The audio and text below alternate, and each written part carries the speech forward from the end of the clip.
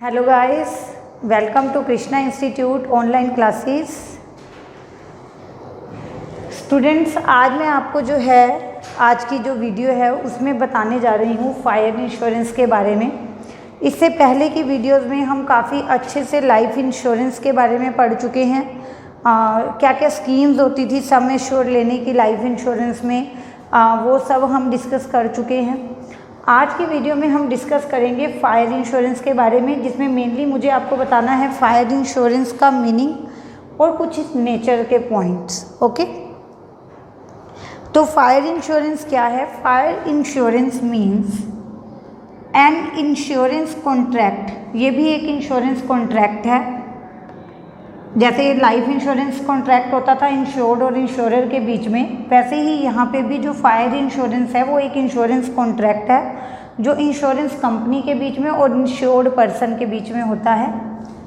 इन विच insurer company मतलब insurance company, जिसे क्या बोला जाता है, insurer, in exchange of fixed premium के बदले में प्रोमिस्ड द इंश्योर्ड, प्रोमिस करती है किसको? इंश्योर्ड पर्सन को, जो इंश्योरेंस करवा रहा है, टू कॉम्पनसेट, कि वो कंपनसेशन पे करेगी if property of insured gate damage. अगर इंश्योर्ड की प्रॉपर्टी डैमेज हो जाती है तो कॉम्पनसेशन पे की जाएगी। बट वो जो डैमेज है वो किस रीज़न से होना चाहिए? Due to fire. Because here we are discussing about fire insurance. Fire insurance का पैसा आपको तभी मिलता है जब जो लॉस होता है, जो डैमेज होता है, वो फायर की वजह से होता है। But till a specified time period, वो विद इन टाइम पीरियड होना चाहिए। नॉर्मली मैंने आपको बताया था कि जो ये जनरल इंश्योरेंस होते हैं वो एक पर्टिकुलर टाइम पीरियड के लिए होते हैं, से 1 ईयर। अब 1 ईयर के लिए आपने फायर इंश्योरेंस करवाया, तो अगर इस 1 साल के अंदर आग लगती है और गुड्स डैमेज होती हैं तो ही आपको फायर इंश्योरेंस का पैसा मिलेगा, तभी आपको इंश्योरेंस कंपनी से क्लेम का पैसा जो है वो मिलेगा। अगर इस 1 साल की एक्सपायरी के बाद आग लगती है, नुकसान होता है, then you are not eligible to get any payment from insurance company, क्योंकि नेक्स्ट टाइम में आपको दोबारा से इंश्योरेंस करवाना पड़ता है। ओके, तो यहाँ मैंने इसको इस तरह से पॉइंट्स की फॉर्म में इसलिए लिखा था ताकि आप यहाँ पे हर एक पॉइंट को क्लियर कर सको कि ये एक इंश्योरेंस कॉन्ट्रैक्ट है जो इंश्योरेंस कंपनी के बीच हुआ है, इंश्योर्ड के बीच हुआ है। एक प्रीमियम जो फिक्स्ड अमाउंट का है वो आपको पे करना पड़ता है। नॉर्मली क्या होता है, जनरल इंश्योरेंस में लमसम अमाउंट होता है, एक ही किस्त में आप सारा प्रीमियम का पैसा दे देते हो, और उसके लिए नॉर्मली एक टाइम पीरियड भी रहता है, पर्टिकुलर टाइम पीरियड, कि आप 1 साल के लिए करवा रहे हो। ठीक है, मैक्सिमम 1 ईयर की लिमिट होती है। 1 ईयर से कम भी करवा सकते हो, बट मैक्सिमम लिमिट 1 ईयर की है। उसके बाद यहाँ पे प्रोमिस किया जाता है इंश्योरेंस कंपनी के द्वारा इंश्योर्ड पर्सन को कि कॉम्पनसेशन हम पे करेंगे आपको, लेकिन तभी पे करेंगे अगर जो प्रॉपर्टी है वो डैमेज हो जाती है ड्यू टू फायर। ओके, तो ये आप एक स्टैंजा की फॉर्म में लिख सकते हो। हर एक पॉइंट पे इंडिविजुअली मैं फोकस कर सकूँ, इसलिए मैंने इसको ऐसे लिखा है। यहाँ पे हमने बात की कि ये एक कॉन्ट्रैक्ट है, हमने यहाँ बात की कि यहाँ एक इंश्योरेंस कंपनी है, यहाँ पे प्रीमियम भी फिक्स पे किया जाता है, यहाँ पे इंश्योर्ड पर्सन है जो अपनी प्रॉपर्टी का इंश्योरेंस करवा रहा है, यहाँ पे प्रॉपर्टी का डैमेज होना ज़रूरी है अगर आपको इंश्योरेंस प्रीमियम का अमाउंट लेना है, इंश्योरेंस पॉलिसी का पैसा लेना है, सॉरी। यहाँ पे ये भी ज़रूरी है कि जो लॉस है वो ड्यू टू फायर हुआ हो और वो स्पेसिफिक टाइम पीरियड के अंदर हुआ हो। तो एक एक पॉइंट को इंडिविजुअली आप देख लो, इसको नोट डाउन कर लो अपनी नोटबुक में, वीडियो को पॉज करके। ठीक है, तो यहाँ पे आपको क्लियर है। लाइफ इंश्योरेंस में भी यही होता था, एक इंश्योर्ड पर्सन होता था जो लाइफ इंश्योरेंस करवा रहा है, एक इंश्योरेंस कंपनी होती थी। इंश्योर्ड जो होता था रेगुलरली प्रीमियम का पैसा पे करता था। उसके बाद अगर अनफॉर्चुनेटली उसकी डेथ हो जाती है तो उसके नॉमिनी को पैसा मिल जाता था, डेथ नहीं होती तो उसको खुद को सम एश्योर्ड मनी मिल जाती थी।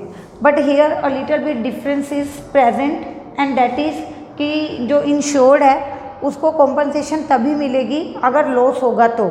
अगर कोई लॉस नहीं है, for example there is no fire, there is no loss, then there is no claim, कोई क्लेम अमाउंट भी आपको नहीं मिलेगा। ठीक है, अभी आप आ जाएं नेचर के पॉइंट्स पे। नेचर में आप सबसे पहले देखेंगे कि ये एक रिटन कॉन्ट्रैक्ट होता है जहाँ पे सारी टर्म्स और कंडीशंस लिखी जाती है, मतलब all the terms and condition should be mention in this written contract, तभी ये वैलिड माना जाएगा। यहाँ कहा जाता है कि किसी को किसी से कुछ छिपाना नहीं है, कोई भी इंपॉर्टेंट फैक्ट्स को हाइड नहीं करना, बल्कि जितने भी इंपॉर्टेंट फैक्ट्स हैं उनको आप डिस्क्लोज करो, whether it is insurance company और इंश्योर, दोनों को सारी इंपॉर्टेंट इन्फॉर्मेशन एक दूसरे को डिस्क्लोज करनी है।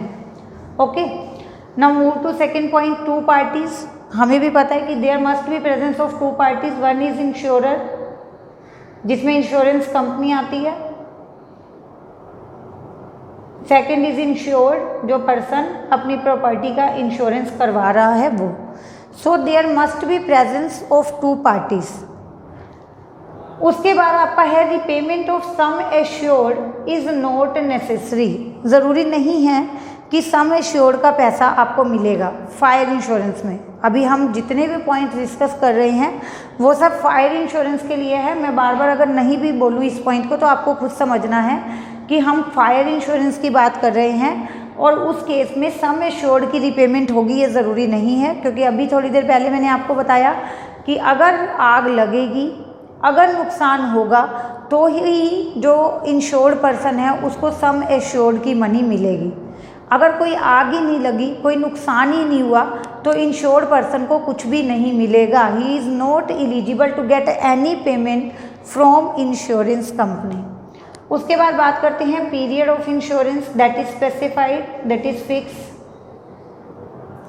And maximum for 1 year.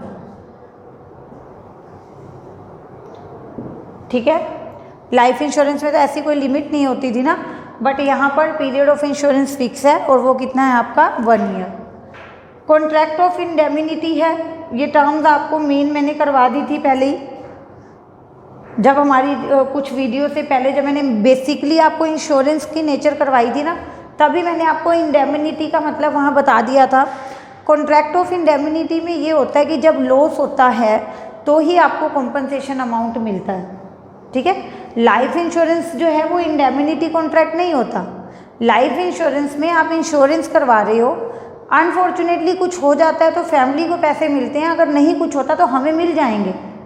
ऐसा नहीं कहते इंश्योरेंस कंपनी वाले कि इंश्योरेंस का क्लेम लेने के लिए आपको मरना ज़रूरी है, ऐसा नहीं कहते लाइफ इंश्योरेंस के केस में। अगर आप सेफ हो, अगर आप जिंदा हो तो आप पेमेंट ले लो, जो भी सम एश्योर्ड मनी है वो आपको मिल जाएगी। अनफॉर्चुनेटली कुछ हो जाता है तो फैमिली को मिल जाएगी। बट जो फायर इंश्योरेंस है वो एक कॉन्ट्रैक्ट ऑफ इंडेमिनिटी है।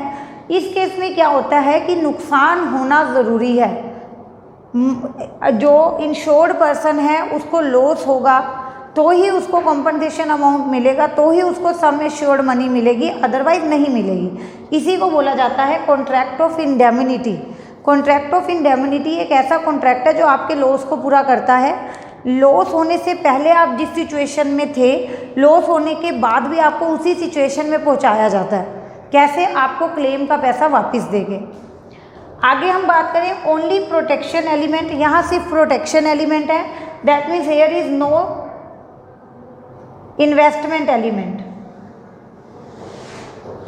No investment element. यहाँ पे कोई इन्वेस्टमेंट एलिमेंट नहीं है, यहाँ पे कोई इन्वेस्टमेंट एलिमेंट नहीं है।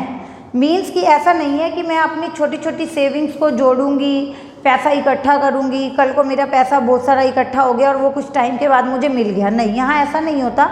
यहाँ आप जितना भी पे करते हो उसको भूल जाओ। अगर नुकसान हुआ तो इंश्योरेंस कंपनी हमें क्लेम दे देगी, अगर नुकसान नहीं हुआ तो हमारा पैसा गया, अभी हमें वापस से कुछ भी नहीं मिलेगा। ठीक है, तो दैट मीन्स कि only one element is present in fire insurance, that is protection element, कि वो आपको प्रोटेक्शन तो दे रही है कि किसी भी तरह का कोई लॉस होता है, आग लगती है, आपका सामान जल जाता है, डिस्ट्रॉय हो जाता है, किसी तरह का बड़ा डिस्ट्रक्शन हो जाता है तो वी विल पे यू। ठीक है, प्रोटेक्शन एलिमेंट वो हमें दे रहे हैं, but there is no investment element. वो ऐसे नहीं कह रहे कि आपका पैसा हमारे पास सेफ पड़ा है, 1 साल में अगर आग लगती है तो हम आपको कॉम्पनसेशन पे करेंगे, 1 साल में आग नहीं लगती तो आके अपना पैसा ले जाना, ऐसा कुछ नहीं कहते वो। ठीक है, उसके बाद यूज़ ऑफ वर्ड इंश्योरेंस, यहाँ इंश्योरेंस वर्ड यूज़ हो रहा है, बार बार यूज़ हो रहा है, कोई कन्फ्यूज़न ही नहीं है। देखो यहाँ पे भी मैंने क्या लिखा था, मैंने यहाँ पे लिखा था जनरल इंश्योरेंस, उसमें मैंने आपको आज फर्स्ट पॉइंट बताया फायर इंश्योरेंस, फिर मैंने आपको बताया कि ये एक इंश्योरेंस कॉन्ट्रैक्ट होता है। फिर मैंने आपको सारे जो भी वर्ड यूज़ किए हैं वो इंश्योरेंस वर्ड यूज़ किए हैं, ठीक है। मैंने कहीं भी ये वर्ड यूज़ नहीं किया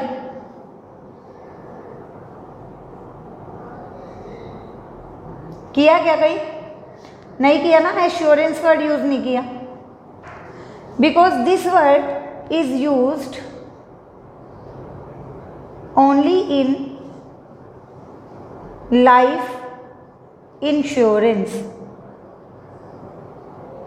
ये जो वर्ड होता है एश्योरेंस, वो लाइफ इंश्योरेंस के केस में यूज़ होता है। वहाँ पर अगर इंश्योर्ड पर्सन की डेथ होती है तो उसका जो नॉमिनी होता है उसको पेमेंट मिलती है। अगर इंश्योर्ड पर्सन की डेथ नहीं होती तो उसको खुद को पेमेंट मिलती है। मीन्स कि एश्योरेंस है, आपको एक एश्योरेंस दी जा रही है कि आपका पैसा सेफ है, आपको वापस मिलेगा, आपका पैसा कहीं नहीं जा रहा। But this type of assurance is not given in case of fire insurance and that's why we are not using this word here. हम यहाँ पे सिर्फ एक वर्ड यूज़ कर रहे हैं इंश्योरेंस, हम एश्योरेंस यूज़ ही नहीं कर रहे क्योंकि हमें एश्योरेंस मिल ही नहीं रही कि हमारा पैसा सेफ है। देन बात करते हैं सरेंडर वैल्यू की। सरेंडर वैल्यू क्या होती है? Like before the expiry of specified time period, आप जो है कैंसिल कर रहे हो अपनी इंश्योरेंस पॉलिसी को। आप ये बोलते हो लाइक 1 साल का इंश्योरेंस था, आपने करवाया था, 6 महीने बाद या 3 महीने के बाद ही आप बोलते हो कि मुझे इस पॉलिसी को कैंसिल करना है, तो मुझे कितना पैसा वापस मिलेगा? आप इंश्योरेंस कंपनी से ये पूछ रहे हो कि अभी 3 महीने हुए हैं मुझे इंश्योरेंस करवाए हुए और मुझे ऐसा लग रहा है कि यार मैं बिल्कुल सेफ़ हूँ, मेरा गोडाउन बहुत अच्छे से सेफ़ है, आग वाग लगने का कोई सीन ही नहीं है, तो मैं क्यों इंश्योरेंस में अपना पैसा वेस्ट करूँ? तो आप इंश्योरेंस कंपनी को बोलते हो कि अभी तो 3 ही महीने हुए हैं, आप ऐसा करो मेरा पैसा मुझे वापस दे दो। तो आपको क्या लगता है व्हाट विल दे पे यू?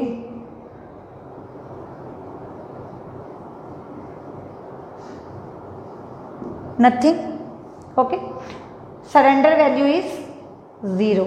कभी आपको ये एमसीक्यूज में पूछ लें या फिलअप्स टाइप के short very short answer type questions में पूछ लें तो आपको पता होना चाहिए कि फायर इंश्योरेंस के केस में जो सरेंडर वैल्यू होती है वो रहती है 0। आपको कुछ भी नहीं मिलेगा। If before the expiry of specified time period आप अपनी पॉलिसी कैंसिल कर रहे हो तो you will get nothing. Okay, कुछ नहीं मिलेगा आपको। अभी लास्ट पॉइंट है जो इम्पोर्टेंट है कि ये एक पर्सनल कॉन्ट्रैक्ट है। इसको करने से पहले आपका बैकग्राउंड, आपका कैरेक्टर, ठीक है, आपके लॉयल्टी वगैरह जितनी भी चेक की जा सकती है वो सब चेक की जाएगी। क्योंकि आपने सुना होगा आजकल फ्रॉड केसेस बहुत होते हैं। कई लोग इंश्योरेंस करवा लेते हैं, अभी खुद ही अपना लॉस दिखा दिया, खुद ही आग लगवा दी गोडाउन में, खुद ही दिखा दिया कि माल जल गया और इंश्योरेंस कंपनी से पैसा ले लेते हैं। ठीक है, ऐसे कई लोग करते हैं। So this type of contract is very personal where insurance company will check your background, your character, कि आप किस तरह के इंसान हो, मार्केट में आपका किस तरीके का नाम है, अच्छा या बुरा। ठीक है, और just because of this reason you can not transfer your fire insurance policy. ठीक है, एक बंदा है, उसकी कोई शॉप है, उसने अपनी शॉप का फायर इंश्योरेंस करवाया हुआ है, 1 महीने बाद, 2 महीने बाद या कुछ टाइम के बाद वो अपनी शॉप को सेल कर देता है और वो ये बोलता है कि शॉप सेल करने के साथ साथ मेरी जो फायर इंश्योरेंस पॉलिसी है वो भी ट्रांसफ़र हो गई। ठीक है, लेकिन इंश्योरेंस कंपनी इस चीज़ से के लिए अग्री नहीं करती कि आपने अपनी शॉप बेच दी, अपनी मर्जी से बेचो, आप जो मर्जी करना चाहो करो, बट इंश्योरेंस पॉलिसी आप अपनी मर्जी से कैसे ट्रांसफ़र कर सकते हो? क्या पता वो बंदा करेक्टरलेस हो, क्या वो पता वो बंदे में लॉयल्टी नाम की चीज़ ना हो, ठीक है, चीटर हो, वो कल को अपना जो है जानबूझ के दुकान में आग लगवा दे और इंश्योरेंस कंपनी से पैसा मांग ले। तो वहाँ पे इंश्योरेंस कंपनी आपको अलाउ नहीं करती कि विदाउट देयर परमिशन आप जो है अपनी इंश्योरेंस पॉलिसी ट्रांसफ़र करो। ठीक है, वो इस चीज़ को कैंसिल कर देगी, वो खुद चेक करेगी बैकग्राउंड और उसके बाद दोबारा से कॉन्ट्रैक्ट करना होगा तो करेगी। ठीक है स्टूडेंट्स, तो आपको आई होप ये सारे पॉइंट्स समझ आ गए, बहुत ईजी थे। जो मेन टॉपिक था ना हमारा वो था इंश्योरेंस के ऊपर फर्स्ट वीडियो। जो हमने इंश्योरेंस का फर्स्ट वीडियो किया था वो हमारा सबसे मेन था, बिकॉज उसमें मैंने आपको मेन कैरेक्टरिस्टिक्स और मेन प्रिंसिपल्स करवाए थे। लाइफ इंश्योरेंस में वही रिपीट हुए थे। फायर इंश्योरेंस में भी काफ़ी सारी बातें, जैसे कि सम एश्योर्ड का मतलब मैंने आपको उस फर्स्ट वीडियो में बताया था, कॉन्ट्रैक्ट का मीनिंग वहाँ बताया था, इंडेमिनिटी का मतलब वहाँ बताया था, प्रोटेक्शन एलिमेंट, इन्वेस्टमेंट एलिमेंट क्या होते हैं वहाँ बताया था। तो आई विल से कि जो फर्स्ट वीडियो है वो बहुत ज़रूरी है, बहुत इंपॉर्टेंट है, आपको वो लगानी ज़रूरी है। उसके बाद सारे वीडियोस आपको समझ आएंगे। आज के वीडियो में भी अगर एक दो कहीं डाउट्स होंगे तो जस्ट बिकॉज कि आपने फर्स्ट वीडियो अच्छे से अटेंड नहीं किया होगा। इंश्योरेंस वाली यूनिट में हमारे बहुत सारे टॉपिक आए हैं। इंश्योरेंस का meaning, characteristics, principles, life insurance के टाइप्स, काफ़ी कुछ मैंने 1 बाय 1 आपको करवाया है।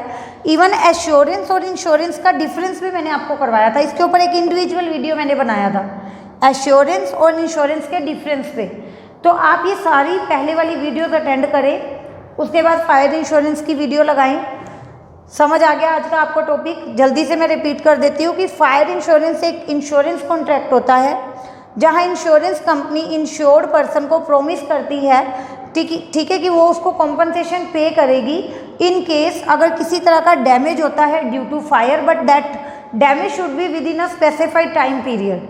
जितने टाइम का इंश्योरेंस लिया था उस टाइम के अंदर अंदर वो लॉस हो जाना चाहिए, तो ही आपको कंपनी से क्लेम मिलेगा। देन हमने डिस्कस किया कि यहाँ पे रिटन कॉन्ट्रैक्ट होना ज़रूरी है। There must be presence of 2 parties, one is insurance company, second is insured person who is taking insurance on his property. Then हमने डिस्कस किया था repayment of sum assured is not necessary. Loss होगा तो पैसे मिलेंगे, loss नहीं होगा तो पैसे नहीं मिलेंगे। पीरियड ऑफ इंश्योरेंस हमने डिस्कस किया, that can be up to 1 year only. Contract of indemnity है। इंडेमिनिटी का मतलब वही होता है कि लॉस से पहले जिस सिचुएशन में थे, लॉस के बाद आपको उसी सिचुएशन में पहुंचाया जाता है। कैसे? Through paying claim amount, through paying sum assured money. Here is only one element present, that is protection element. आपकी प्रॉपर्टी को प्रोटेक्शन मिल रही है, but there is no investment option. Use of word insurance only, we can not use this word assurance, this word is use only in case of life insurance. Okay. Surrender value, if you are going to cancel your insurance policy before the expiry of specified time period, then surrender value will be nothing, surrender value will be 0. आपको कुछ भी नहीं मिलेगा insurance company से। And that is a personal contract and that depend on person to person. ठीक है, person का character check करने के बाद इंश्योरेंस कंपनी उनके साथ कॉन्ट्रैक्ट में एंटर करेगी। ओके स्टूडेंट, सो अभी नेक्स्ट वीडियो तक के लिए ये सारे के सारे टॉपिक्स आप रिवाइज कीजिए। 1 या 2 वीडियोज और हैं इन टॉपिक्स पे अपने, वो हम करेंगे जल्दी ही discuss. Okay, thank you so much.